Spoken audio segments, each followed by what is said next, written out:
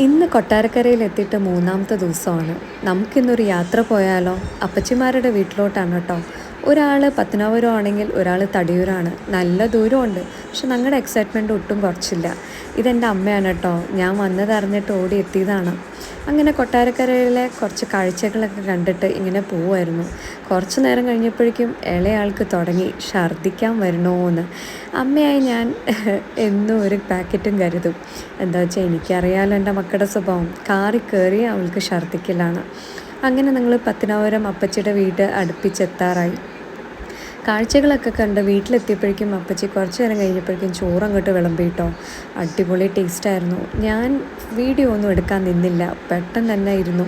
പിന്നെയാണ് ഓർത്തത് അയ്യോ വീഡിയോ എടുത്തില്ലല്ലോ എന്ന്.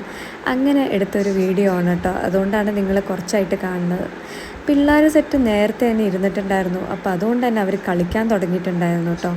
പോവാൻ നേരത്തെ അപ്പച്ചിയുടെ ചെറിയ പൂന്തോട്ടമൊക്കെ കണ്ട് നല്ല രസമുണ്ട്. അമ്മയ്ക്ക് പിന്നെ എൻ്റെ അമ്മയ്ക്ക് പ്രത്യേകിച്ച് ചെടിപ്രാന്തുള്ളതുകൊണ്ട് ഇതെന്താണ് അതെന്താണെന്നൊക്കെ ചോദിക്കുമായിരുന്നു. എനിക്കതിനെക്കുറിച്ചൊന്നും അറിയാത്തതുകൊണ്ട് ഞാൻ മിണ്ടാൻ പോയില്ല. അപ്പോൾ എല്ലാവരോടും tata bye bye see you എന്ന് പറഞ്ഞിട്ട് അടുത്ത പ്രാവശ്യം കാണാൻ പറഞ്ഞ് അവിടെ നിന്ന് ഇറങ്ങി കേട്ടോ. അവിടുത്തെ കാഴ്ചകളും ഭംഗികളൊക്കെ ആസ്വദിച്ച് ഞങ്ങളും തിരിച്ച് ഇങ്ങോട്ട് പോന്നു.